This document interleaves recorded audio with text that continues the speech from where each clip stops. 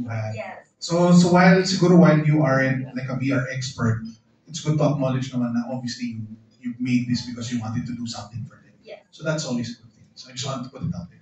So my question is, how do you address siguro the cost of VR machines? Diba? Kasi the Oculus goggles, the whatever type of VR, I'm not sure if it's widely consumer available.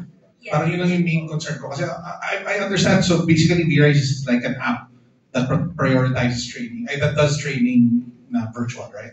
Yes. So the software part you can fix, you can figure that out. I think your main challenge will be how many people can actually use VR. So let's first address the first part of the question. Actually, it's very costly to develop this kind of technology. In my research, it's around 6 million to 105 million pesos to develop this kind of product. But I want to emphasize the partnerships because through these people, we can find investors that can fund this product and make it accessible for all. And for the next one, I'm sorry, what was it again? The last part. The VR, di ba, this can be used by people for training. So they need the goggles. They need the VR machine that they put on the top of their face, right? Yes. So parang Oculus from Facebook or Google Lens or whatever, ano yung latest version on. The problem is they're usually expensive. They sell anywhere from 20,000. $3,000. O yun, medyo may kamahalan siya. So, for you to get more customers, or a lot of customers, you need a lot of people to have that VR thing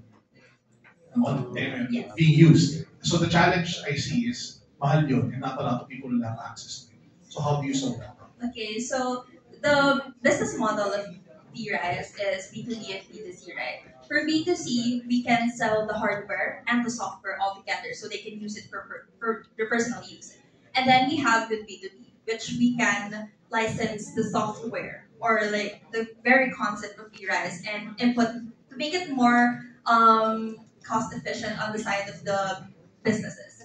And with that, let's say vocational training centers, we allow them to use the software of VRISE. Those companies can use it to make it more accessible to people who those really need it. Thank you. Appreciate it.